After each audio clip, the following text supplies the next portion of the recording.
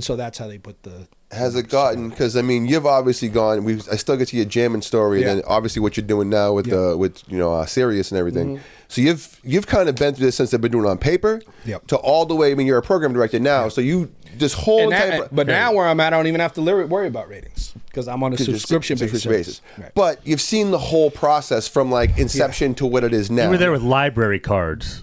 Do you? Yeah, well, no. When I started, I mean, it was CDs and carts. We were using carts. But you're also in the street. You're also a DJ. You also have an ear for music. Yeah. Do you feel like it's ever been an accurate description of a representation ever of what the fuck people are listening to? Not a full accurate. There's some accurate. It's a little bit of both, right? Like it's not fully correct. It's also not fully wrong. You know what I mean? Like there's, the songs that people gravitate towards.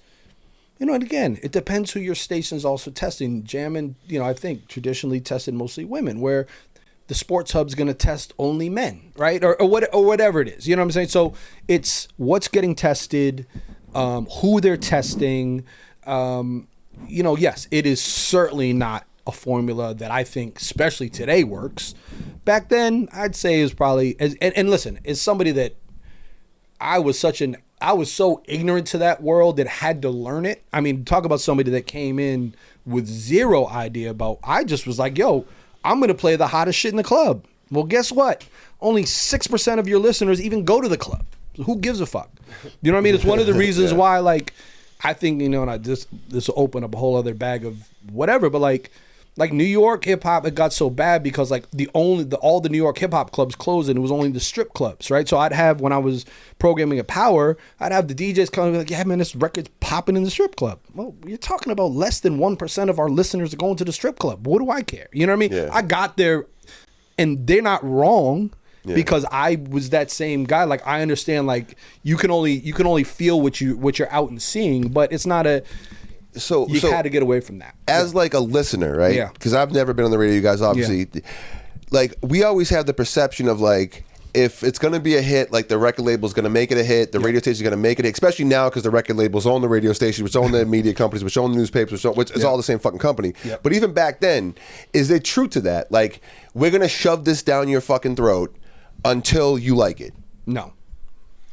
Really? So even like Lil Nas X, like Old Country Road, tested. That record had to test. And again, like I don't know because I didn't see those numbers, but that record was a smash. Like people, it was a catchy record. I didn't like the record. Listen, Vanilla Ice, I didn't like the record, but the shit was fucking catchy. You know what I'm saying? And again, you got to remember, this is all basing off of a 7-second hook. That's what I'm saying. So you're telling if you me have all that. the hook, That's crazy. That's fucking crazy. That's what it is. Yeah, and again, like listen. There's no record station, record label, any of it. They can push it to a point where it's like they get it to a point. It's like, all right, this thing's either going to work or it's not. You know what I mean? Again, that could be 6 weeks. Get it in the running. They're going to get it in the running. If they believe in it, they're going to push, and they're going to push, and they're going to push. They're going to push. But at some point, the record got to stand on its own. And if it's not catchy, if it's not a hit, it's not a hit. You know what I mean? And songs, listen, there's songs. I've been right on a lot of records. I've been completely wrong on some records. Give us an example when you've been wrong on. Oh, Justin Timberlake, Sexy Back. I thought that was the biggest piece of shit record I ever heard in my life. I was like, what the fuck is this shit? Dun, dun, dun. I was like, this is stiff. Boom. Beyonce, Crazy in Love. Didn't hear it. Loud, horns, something that we hadn't heard before. Didn't fit with what the other stuff she was doing. No idea. The one I hit on, though, the one that I think really changed my trajectory in terms of at jamming was, again, I was a mix show guy, and the Launchpad is already happening at this point. Yeah. So we'll get to that in a second. But the record that I had my night show from 7 to midnight for so long, and I remember I got this Mary J. Blige record. It was a slow record that I put in like the Battle of the Beats or something. Or no, it wasn't even that. I played it in the mix.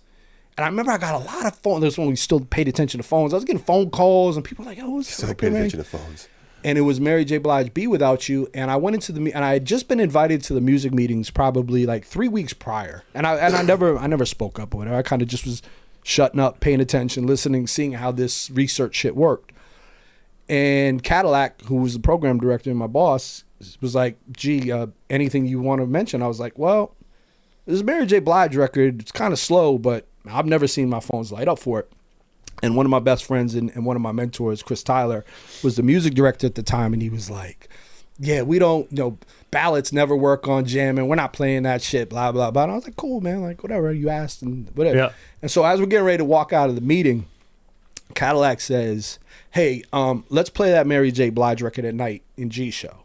I remember Tyler was pissed. He was like, that fucking shit. So much so, like, we had, like, typed out music logs. I remember he put my name next to it. It was like, Be Without You, Mary J. Blige, Geespin.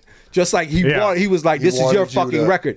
It was the biggest record Jammin had that year. It was a fucking monster. She did Summer Jam. It was a whole thing. Did you ever like go back? Oh, I bust his balls all the time. Yeah, No, we always talk about it. Yeah. But again, when I was at Power, fucking Bobby Shmurda, I was like, this record's a stiff. What the biggest record we had at Power of the Year. You know what I'm saying? So,